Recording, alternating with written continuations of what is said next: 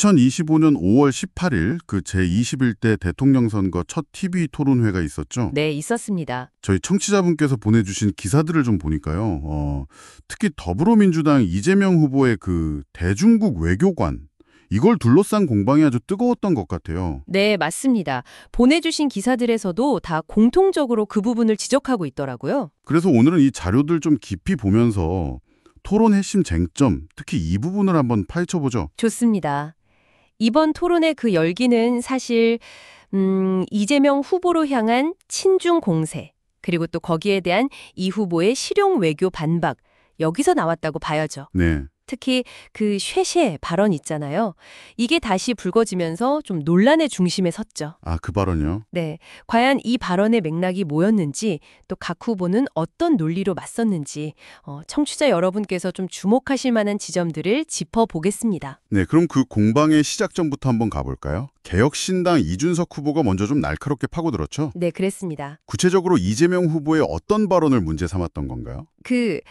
이준석 후보는 이재명 후보가 과거에 중국 대만 문제에 우리가 굳이 관여할 필요 없고 그냥 쉐쉐만 하면 된다.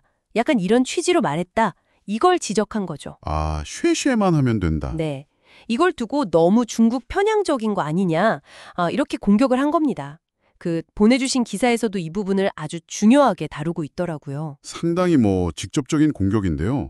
근데 이재명 후보는 이걸 단편적인 생각이다 이렇게 바로 받아쳤다고요? 네, 맞아요. 발언의 원래 취지는 좀 달랐다 이런 설명이었나요? 그렇습니다. 이재명 후보는 자기 발언 취지는 그게 아니고 국익을 최우선으로 봐야 한다.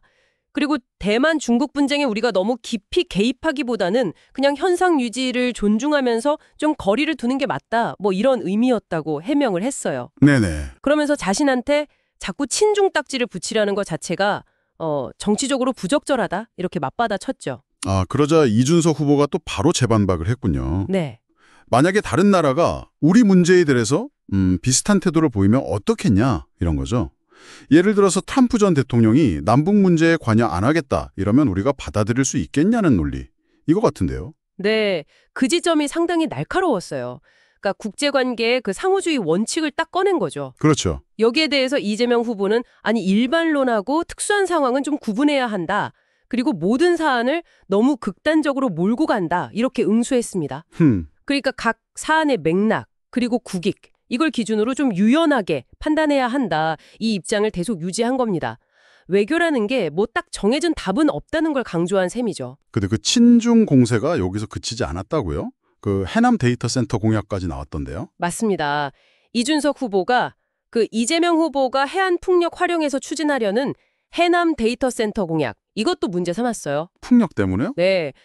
중국 기업들이 지금 세계 풍력 시장을 거의 장악하고 있는데 이 공약이 결과적으로 중국한테 유리한 정책 아니냐 이런 주장이었죠.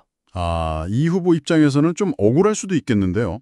반박은 어떻게 했습니까? 이재명 후보는 데이터 센터는 원래 재생에너지를 쓰는 게 글로벌 표준이다. 이렇게 딱 선을 그었고요. 네. 그러면서 자꾸 이걸 친중 프레임으로 몰아가려는 시도는 매우 부적절하다. 이렇게 좀 불쾌감도 표시했죠. 근데 여기서 국민의힘 김문수 후보도 가세를 했어요. 김문수 후보까지? 네, 이재명 후보가 과거 성남시장 시절에 사드 철회 주장했던 거, 그리고 당대표 시절에 주한 중국 대사 발언에 좀 침묵했던 거, 네. 이런 것들을 막 거론하면서 이거 미국 입장에서 보면 완전 끔찍한 메시지 아니냐? 이렇게 비판 수위를 확 높였죠. 야, 이렇게 양쪽에서 협공이 들어오니까 이재명 후보로서는 자신의 그 외교 노선을 좀 명확하게 밝힐 필요가 있었겠네요. 네, 그래서 그랬는지 김문수 후보의 공세에 걱정하지 않으셔도 된다. 이렇게 일단 말을 하고 한미동맹의 중요성을 먼저 강조했습니다. 아, 한미동맹? 네. 한미동맹을 안보동맹에서 경제, 포괄동맹으로 발전시키는 것이 외교의 기본 축이다. 이렇게 분명히 밝혔죠. 하지만 동시에 또 미국에만 의존해서는 안 된다. 이 점도 강조했다고요? 이게 바로 이 후보가 말하는 그 실용 외교의 핵심인가요? 정확합니다. 딱 그 지점이에요. 미국에 몰빵하거나 올인하는 방식은 좀 곤란하다. 이렇게 딱 잘라 말했죠. 네. 중국이나 러시아와의 관계도 완전히 배제하거나 막 적대시할 게 아니라 국익을 기준으로 잘 관리해야 한다 이겁니다. 그러니까 여기서 이 후보가 말하는 실용 외교는 결국 한미동맹을 기반으로 딱 두되 다른 국가들하고의 관계도 좀 유연하게 그리고 실리적으로 관리하겠다 이런 의미로 좀 해석이 됩니다. 그럼 김문수 후보가 또 물었잖아요. 아니 중국은 북한하고 가깝고 6.25 때 적국이었는데 어떻게 미국하고 같은 무게로 중요하냐 이렇게요. 그때는 답변이 어땠나요? 네, 그때도 비슷한 맥락이었어요. 이 후보는 비중은 당연히 다르다. 이렇게 일단 인정을 했고요. 아, 인정은 하고. 네, 인정하면서도 한미동맹을 심화 발전시키는 걸 기본축으로 삼되 다른 중요한 국가들하고의 관계도 국익을 위해서 관리해야 한다는 입장을 다시 한번 확인시켜줬습니다. 그러니까 너무 극단적인 선택보다는 좀 균형점을 찾으려는 태도를 보인 거죠. 네, 오늘 저희가 청취자분께서 보내주신 이 자료들을 통해서 토론의 한 축을 좀 깊게 들여다봤는데요. 와, 친중이냐 실용외교냐 이 프레임 공방이 정말 치열했네요. 네, 정말 그랬죠. 요약을 좀 해보자면 그 쉐쉐 발언에서 시작해서 데이터 센터 공약, 또 과거 발언까지 이재명 후보의 외교관을 둘러싸고 정말 집중적인 공세가 있었고요. 네. 이 후보는 거기에 대해서 국익 중심의 실용 외교, 그리고 한미동맹 기반 다자관계 관리라는 논리로 방어를 했습니다. 이 과정을 보면 강대국들 사이에 놓인 한국 외교의 그 복잡한 현실, 또 딜레마가 그냥 그대로 드러났다고 볼 수 있겠네요. 그렇죠.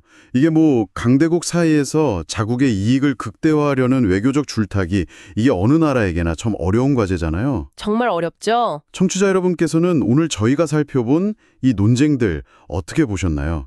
단순히 친미다 혹은 친중이다 이런 이분법을 좀 넘어서서요. 한국의 진짜 실질적인 국익을 위한 최선의 외교 전략은 과연 무엇일지 각자 한번 생각해 보시는 것도 참 흥미로울 것 같습니다. 네, 좋은 질문인 것 같습니다. 앞으로 토론회가 또 계속될 텐데 이 외교 노선 문제가 또 어떻게 다뤄질지 지켜보는 것도 아주 중요한 관전 포인트가 될 것 같네요.